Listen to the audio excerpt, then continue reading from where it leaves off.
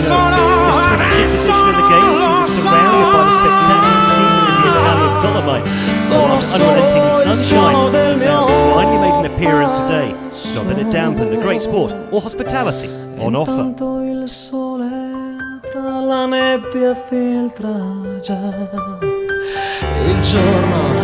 Coming up, the men's slalom lights up once it's in Passa, with the battle for the medals going right down to the wire.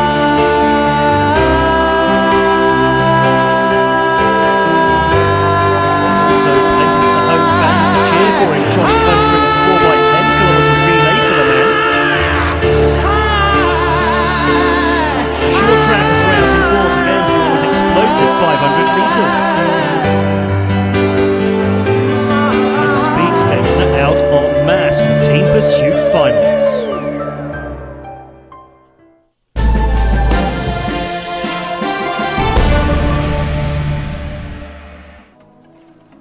Perhaps the most exciting and certainly the most explosive of the alpine skiing events is the slalom.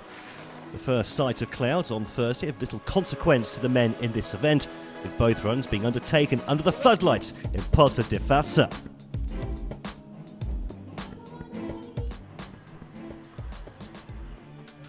Dominic Staler was just the third man out of the start gate on the opening run. He made superb use of the fresh snow. The 27-year-old German from HS Ansbach carving out some great turns on the hard-packed snow. 45.63 seconds the time for him. He had a superb chance of becoming Germany's first ever medalist in this event. Jonas Rassanen hasn't exactly taken the usual route to success, the Finn actually studying at the University of New Mexico in Albuquerque, that in the US of A. The 24-year-old with plenty of tracks to follow, having been 10th out of the gate and using them well too. Determined not to suffer the same bad start that scuppered his chances in the giant slalom, a time of 45.57 seconds saw him sit in fourth. Miha Kerner skied out on the opening run of the 2013 World Championships, but never looked like doing that here in Italy. The 26-year-old from the University of Ljubljana, 9th out of the start gate, and showing a great balance between technique and power to stop the clock in 45.36 seconds and put himself in third place after the first run.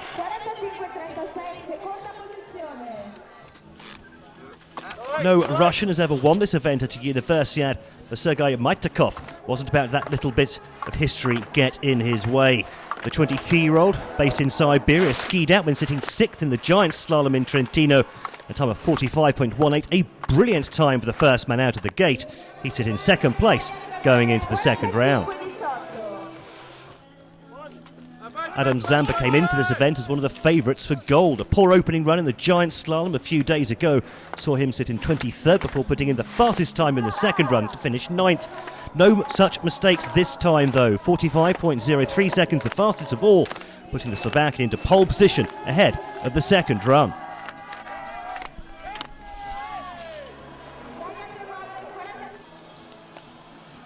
See you later.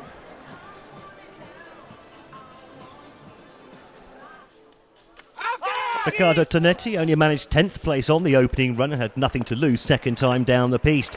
The Italian based in Trento, so more than familiar with all the conditions and the piste, and showed that on his second run. Third fastest of all, second time down, setting a tough benchmark of 1 minute 33.08 seconds overall.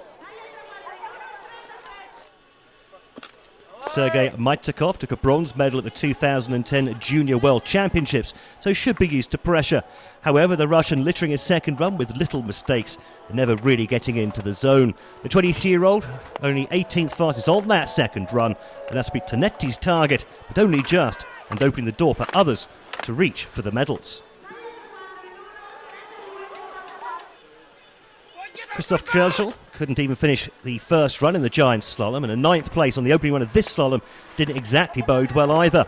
The 27-year-old is blessed with plenty of experience. He's a two-time Olympian who has also finished 22nd in this event as far back as the 2005 World Championships. He also has a World Cup top 10 to his name from a super combined event in Val d'Isère 5 years ago. Kölschel, 4th fastest on the second run here, enough to catapult him onto the podium and really put the pressure on those to follow.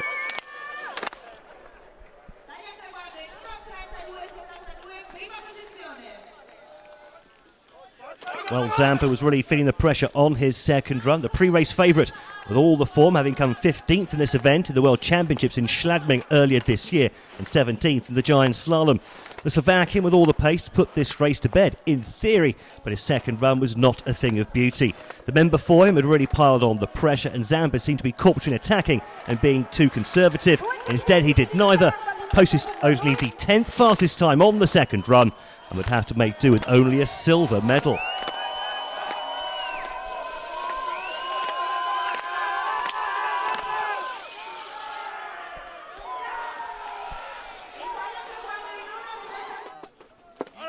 Rastanen was placed handily in 4th place after the opening run and now found himself in position to attack the second time down the piste. The Flying Finn really seeming to enjoy the pressure and the atmosphere too, bursting out of the starting gate and never letting his foot off the gas all the way down the mountain. No Finn had won this event as Elf Ekström shared the spoils of Switzerland's Willy Bogner at the second Universiade in Villach in 1962, one of 2 dead heats in the history of this event. Rastanen, though, really was flying, 46.52, the fastest time of anybody on the second run. And that would put him in 1st place with just 3 men left to ski. However, nobody would be able to match him this time. Kerner having a nightmare to finish in 39th place, and then Zampa falling short by just 16/100ths of a second.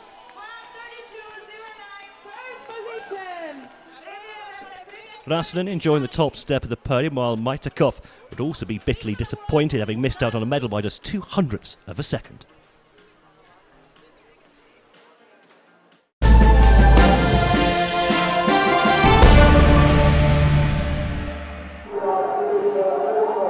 A rather murky atmosphere greeted the skiers in Val de Fiemme as they gathered at the start of the men's 4x10km cross-country relay, with the unbroken sunshine that has blessed this Universiade finally replaced by low-lying clouds. Russia, big favourites for this event after their successes, while defending champions France were not expected to challenge. After the opening leg, Heikki Kopja had put Finland into a slender lead ahead of Kazakhstan's Alexander Manishev. Italy rather surprisingly in the mix too, just 1 second back. Early on in the second leg, though, the Universiade hosts into the lead. Mattia Pellegrino showing the pace to come to 9th in the skiathlon, just ahead of the Kazakhs and Finland. By the halfway point of the race, Italy had charged into a scarcely credible 30-second lead as they chased their first ever medal in this event. Finland clear in 2nd place as Perttu Hevonen, who came 11th in the 10k freestyle, tried in vain to eat into that advantage. Russia recovering from a slow start, and Kazakhstan 20 seconds further back in 3rd and 4th places respectively. At the first intermediate split, Mario Roncador able to keep that lead intact, having finished 12th in the 10k free, while the chasing pack were also failing to make any inroads. Pacing so important in this event though, and that would prove to be a big stumbling block here for the Italians. By the time of the final change, that lead had all but gone. Italy still in front, but now by less than a second from Russia, with Kazakhstan less than 3 seconds further back. Finland now trailing by nearly 20 seconds. Just 1.3k into the final leg, and Russia's Raul Shakizyanov had moved into the lead now, looking to add to his goal from the skiathlon and 2 further bronze medals. At the next split, another change of lead. Kazakhstan anchored by Mark Starostin, who came 2nd in the skiathlon, now in front, but Italy, Russia and Finland all in close attendance. With 6.2k left to ski, Starostin managed to put out a 3-second gap at the front. Finland's Juha-Matti Mikalainen now his closest challenger. At the midway point of the final leg, though, it was close again at the front. Kazakhstan swiftly followed by Finland and Russia as the Italians started to fade badly. Even Mikalainen now starting to lose ground.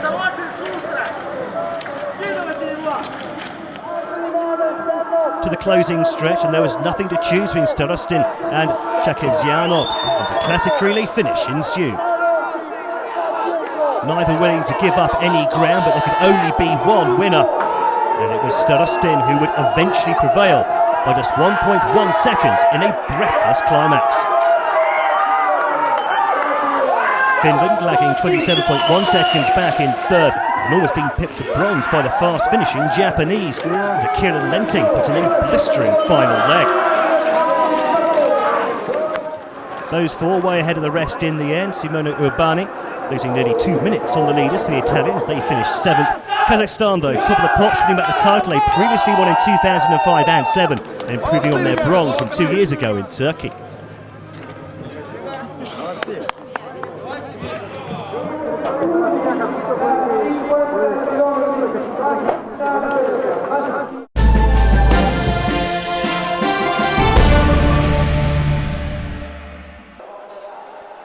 Short track speed skating is always popular with the crowds due to its dynamism and the chance of seeing a few decent wipeouts, and in no event is that possibility greater than in the 500 metres. 5 made it into the women's final, with China's Wang Zhui, the favourite, having won every round in this competition thus far, although Caroline Truchon of Canada was also expected to figure strongly. As is her trademark, Wang dove down the inside to take the all-important lead at the first corner, with Song Jae-won, who crashed out of the 1500 metres final on Wednesday, trying to stick as close as possible while dicing with Truchon for second place. Wang, though, looking ever so comfortable out in front and able to stick to the inside line throughout this race, making it even harder than usual for the rest of the field to get around her. Late on, Russia's Emina Malagish made a dive down the inside of Song, enough to move into third place, but Wang was away and clear, with Truchon just about leading the scrum for silver, with Malagish third.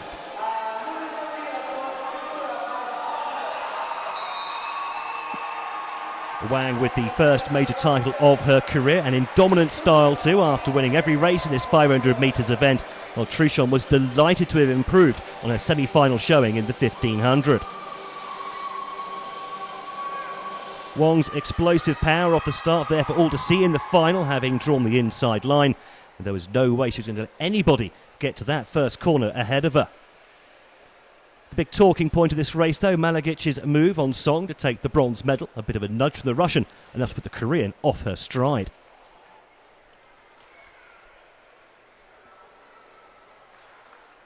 The judges deciding that had been enough to disqualify Malagic from that final, which saw Agni Serakete of Lithuania promoted up to third ahead of Song, and adding to the silver medal she won at the 2012 Junior World Championships.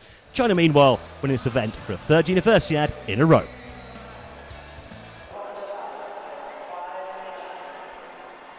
Now to the men, where South Korea had won the 500 metres for 3 Universiades in a row until 2 years ago in Turkey, where France's Thibaut Fauconnet rather upset the apple cart. Lee Hyo-bin, a man on a mission then and a hot favourite to take gold after breaking the Universiade record in the semi-finals. Patrick Duffy of Canada expected to be his closest challenger. Lee powering away from the start to take that all-important inside line. The Korean looking to dominate this race like he had all the others through the heats. Japan's Hiroki Yokohama also making a decent start, but soon finding himself overtaken by both Duffy and then Shi Yingnan of China. The tussle between Duffy and Shi really lighting up this race. Shi taking a dive down the inside, but then drifting wide and allowing the Canadian to move back into second place. He then had another pop on the final lap, but couldn't make that stick either. Lee away and clear for gold, with Duffy and Shi completing the podium. That the 7th time then that South Korea have won the 500 metres in Universiade history, while Duffy came up just short of being the 4th Canadian winner of this event, instead matching Liam McFarlane's silver medal from 2 years ago. As is often the case, this race almost won at the start. Lee in pole position and making no mistake off the line, sewing up the inside and never letting anyone even look like getting past throughout the race. Do spare a thought for Hiroki Yokohama though, 4th in the 1500 metres on Wednesday night and now 4th again in the 500. Lee Hyo-bin continuing Korean domination on the short track. They've now got 2 golds from 2 men's events thus far in Trentino, with a promise of more to come.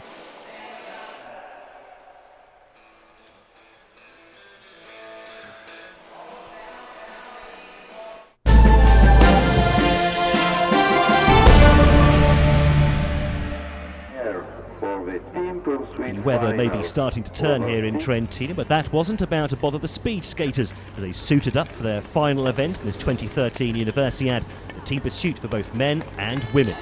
The crowd's really looking forward to this one, especially after the morning's heats, which saw both Italian teams put themselves in a position to claim a medal to round off what has been a very good meet for their speed skaters.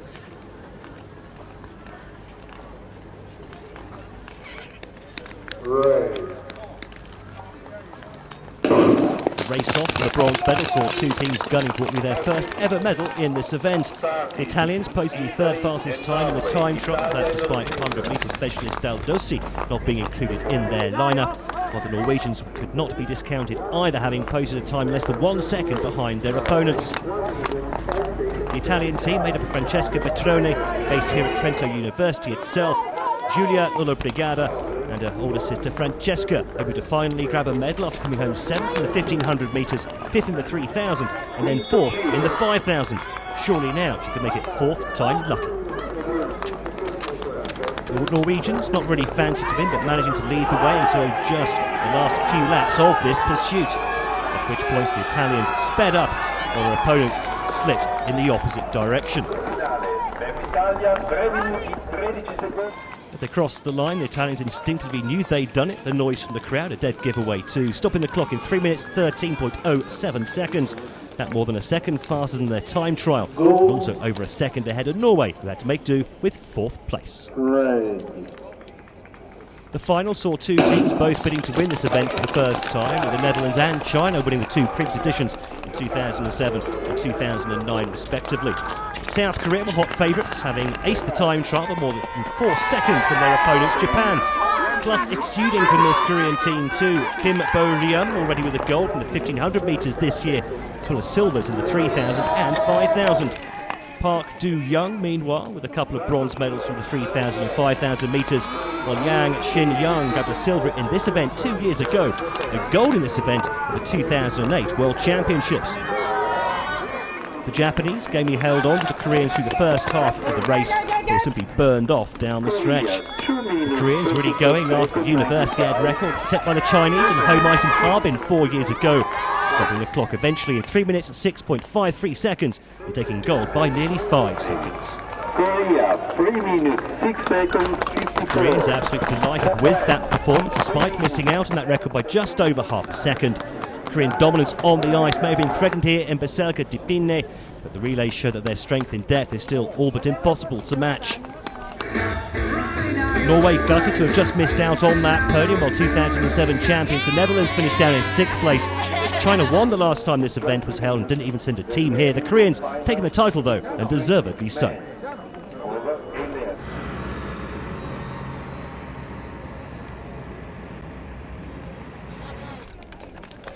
In the men's race, the crowd once again saw Italy lining up in the bronze medal race, having just been pipped to a race off the gold by mere 400ths of a second in the morning's time trial. On the bright side though, the home fans anyway, they'd finished nearly 5 seconds ahead of Japan, and so were heavily fancied to make it a pair of bronzes on the day. The Italians making a change for this race with Andrea Stefani making way for Jan Dossi after his 10th place in the 1,000 metres. Andrea Giovanni, who was 7th in the 5,000, and the one and only Mirko Giacomo Nenzi made up the rest of the team. Nenzi, one of the stars on his home track in Trentino, having taken silver medals in both the 500 and 1,500 metres, before finally striking gold in his specialist event, the 1,000, beating Jan Marek Szymanski in the process. Japan with no previous medals in this event and never really looking like breaking that duck this time either, falling behind at the start and falling further back as the race developed. Italy not actually as fast as in the time trial with a time of 3 minutes 53.34, so enough to take bronze by nearly 3 seconds. And delighted with his week's work in Trentino, going home with a gold, 2 silvers and a bronze.